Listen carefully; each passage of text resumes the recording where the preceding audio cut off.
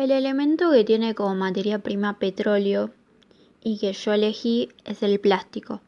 Primero vamos a empezar a hablar sobre qué es el plástico. Son materiales sintéticos obtenidos mediante reacciones de polimerización a partir de derivados del petróleo. Son materiales orgánicos, igual que la madera, el papel o la lana. Las materias primas que se utilizan para producir plástico son productos naturales como el carbón, el gas natural, la celulosa, la sal y por supuesto el petróleo. Los plásticos se obtienen mediante la polimerización, son compuestos derivados del petróleo y gas natural. Se clasifican en termoplásticos, termoestables y elastómeros. Se fabrican fácilmente aplicando calor y presión, mediante procesos como inyección, extrusión, compresión y soplado. Otra clasificación de los procesos de transformación se basa en los cambios de estado que sufre el plástico dentro de la maquinaria. Así podemos encontrar la siguiente división: procesos primarios y procesos secundarios. En el primer caso, el plástico es moldeado a través de un proceso térmico, donde el material pasa por un estado líquido y finalmente se solidifica. Mientras que en los procesos secundarios se utilizan medios mecánicos o neumáticos para formar el artículo final sin pasar por la fusión del plástico. Las materias primas utilizadas en la producción del plástico han variado mucho a lo largo del tiempo. En un principio, la mayoría de los plásticos se fabricaban con resinas de origen vegetal, como la celulosa del algodón, el furfural de la cáscara de avena, aceites de semilla, derivados del almidón o el carbón. La caseína de la leche era uno de los materiales no vegetales utilizados. En la actualidad, la mayoría de los plásticos se elaboran con derivados del petróleo. Al igual que en otros procesos productivos, los plásticos son elaborados de dos formas. La primera es la elaboración a partir de fibras existentes en la naturaleza, y la segunda es la elaboración de productos estéticos, es decir, no existentes en la naturaleza. La elaboración de plástico hoy en día es tan necesario que se pensaría que no se puede vivir sin ellos. Por eso, acá vamos a poder presentar el proceso productivo del plástico. Existen diversas técnicas como la compresión, en el que el plástico en polvo es calentado y comprimido. La inyección, en el que se funde el material plástico, el cual se inyecta en un molde que le dará la forma deseada, o la extrusión, en donde se realiza una acción de moldeado del plástico que por flujo continuo, compresión y empuje, se le hace pasar un molde encargado de darle la forma deseada, entre otras.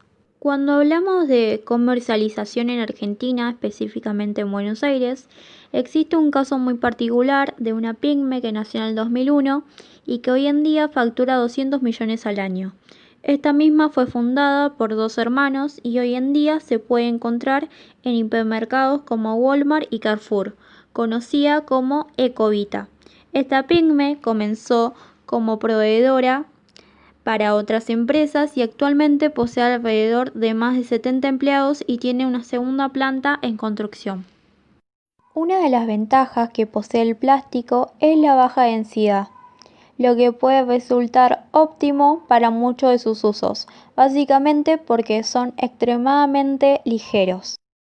Una de las desventajas de los plásticos es el mundo marino, que es el más afectado, y su degradación es más perjudicial que en tierra. Además, recibe 200 kilos de plástico por segundo y es el mayor porcentaje de desechos plásticos.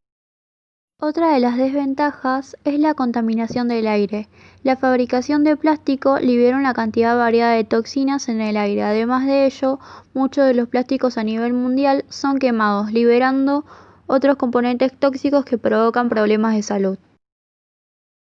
En lo personal, acerca del uso del plástico, a diferencia de otros materiales como el aluminio o el vidrio, El plástico es un material artificial proveniente del petróleo, por lo que tarda cientos de años en descomponerse en la naturaleza.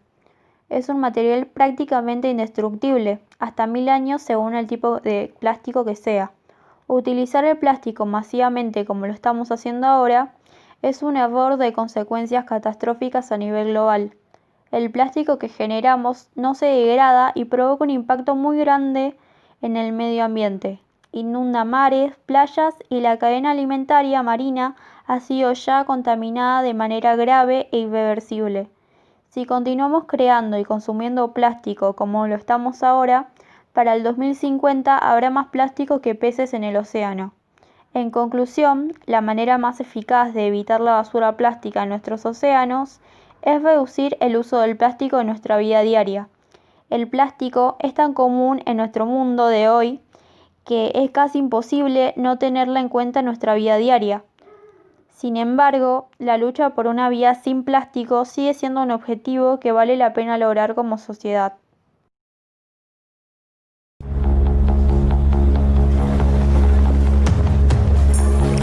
Este no es otro típico comercial de Coca-Cola. Es sobre lo que pasa después. ¿Alguna vez te preguntaste dónde terminan todas nuestras botellas? Por un tiempo, nosotros tampoco. Lo sentimos. Pero el mundo cambió. Y nos dimos cuenta de que las botellas que más importan son las vacías. Las solitarias. Las olvidadas. Y aunque hoy reciclamos 6 de cada 10 de esas botellas, sabemos que no es suficiente. Por eso nos comprometimos a producir 0 residuos para el 2030. Vamos a recolectar y reciclar el equivalente a todas las botellas que vendamos. Difícil de creer, ya lo sabemos. Así que obsérvanos, desafíanos, involúcrate, como él, como ella, como ellos. Gracias por eso. Porque los que no creían en el mundo como era, fueron los que al final lo terminaron cambiando.